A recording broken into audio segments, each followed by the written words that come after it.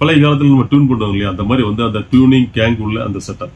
So இந்த tuning gang உள்ள அந்த செட்டப்ல நீங்க எஃப்எம் கேட்கும்போது பாத்தீங்கன்னா ரொம்ப வீக்கான சிக்னல் கூட இந்த இடத்துல வந்து ரிசீவ் ஆகும். இப்போ டிஜிட்டல் பாத்தீங்கன்னா அது ஒரு பர்டிகுலர் சிக்னல் இருந்தாதான் அது வந்து லாக் ஆகும், இல்லைன்னா லாக் ஆகாது. ஸோ இந்த அனலாக பொறுத்த வரைக்கும் ஒரு சின்ன சிக்னல் ஸ்ட்ரென்த் இருந்தா கூட அந்த இடத்துல வந்து இபி ஸ்டீரியோ 3.5 mm நீங்க பிளக் இன் பண்ணிட்டீங்கன்னா அந்த இயர்போன் அவுட்ல இருந்து அப்படியே இந்த சிக்னல் உள்ள வந்து பாத்தீங்கன்னா ஒரு சின்ன பூஸ்டர் மாதிரி வேலை செய்து இதுல நீங்க அப்படியே ஸ்பீக்கருக்கு வந்துக்கலாம். ஸோ பாத்தீங்கன்னா எஃப்எம் கேட்டுக்கலாம்.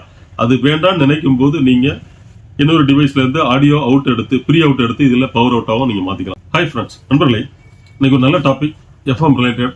முதல்ல இருந்து கடைசி வரைக்கும் பாருங்க, ஸ்கிப் ஆகிறீங்க. நம்ம சேனலுக்கு நீங்க ஃபர்ஸ்ட் டைம் வரீங்கன்னா சப்ஸ்கிரைப் பண்ணுங்க, பெல் பட்டனை பிரஸ் பண்ணி ஆளுங்கிற ஆப்ஷன் இருக்கும்போது தினந்தோறும் போஸ்ட் பண்ணக்கூடிய வீடியோக்கள் உங்களுடைய கவனத்தை வந்துடும். அந்த சிட்டியில் இருக்காரு சார், என்னுடைய அப்பா அம்மா கிராமத்தில் இருக்கிறாங்க, அவங்க கொஞ்சம் ஏஜ்டு, ஸோ அவங்களுக்கு வந்து ஒரு குவாலிட்டியான ஒரு எஃப்எம் பிளேயர் மட்டும் வேணும். அதாவது எஃப்எம் மட்டும்தான் வேணும், வேற எதுவுமே எங்களுக்கு வந்து அடிஷனல் எதுவுமே இருக்கக்கூடாது.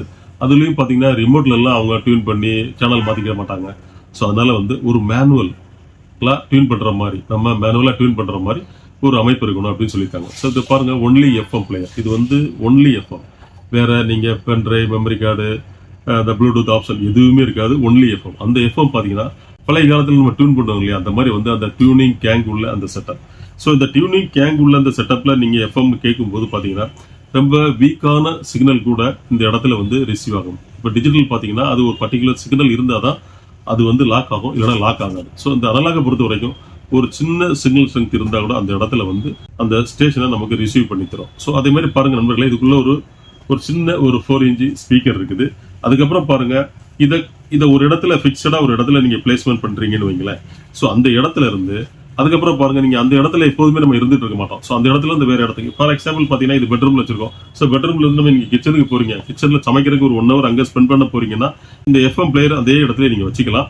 இதுல இருந்து 2 ஒயர் மட்டும் பின்னாடி பேக் சைட்ல பாத்தீங்கன்னா இதுல இருந்து நீங்க அவுட்புட் எடுத்து அப்படியே பாத்தீங்கன்னா அந்த ஸ்பீக்கர்ல கனெக்ட் பண்ணிக்கலாம். இங்க ஒரு சுவிட்ச் இருக்குது, இந்த சுவிட்சை ஆன் ஆஃப் பண்ணிக்கும் போது நீங்க வந்து அதை இந்த இடத்துல இருந்து அந்த இடத்துக்கு அந்த ஸ்பீக்கர் அவுட்புட் பிளே ஆகிற மாதிரி நம்ம பண்ணி செய்துக்கலாம். அதுக்கப்புறம் பாருங்க, இன்னொரு அமைப்பு இருக்குது. அதாவது நீங்க ஏதாவது ஒரு டிவைஸ், இந்த எஃப்எம் இல்லாத வேற ஏதாவது டிவைஸ் உங்ககிட்ட இருக்குது, அந்த டிவைஸ்ல வந்து ஒரு இயர்போன் அவுட் இருக்குதுன்னு வைங்களேன். ஸோ அந்த இடத்துல இந்த இபி ஸ்டீரியோ 3.5 mm நீங்க பிளக் இன் பண்ணிட்டீங்கன்னா அந்த இயர்போன் அவுட்ல இருந்து அப்படியே இந்த சிக்னல் உள்ள வந்து பாத்தீங்கன்னா ஒரு சின்ன பூஸ்டர் மாதிரி வேலை செய்து இதுல நீங்க அப்படியே ஸ்பீக்கருக்கு வந்துக்கலாம். ஸோ பாத்தீங்கன்னா எஃப்எம் கேட்டுக்கலாம்.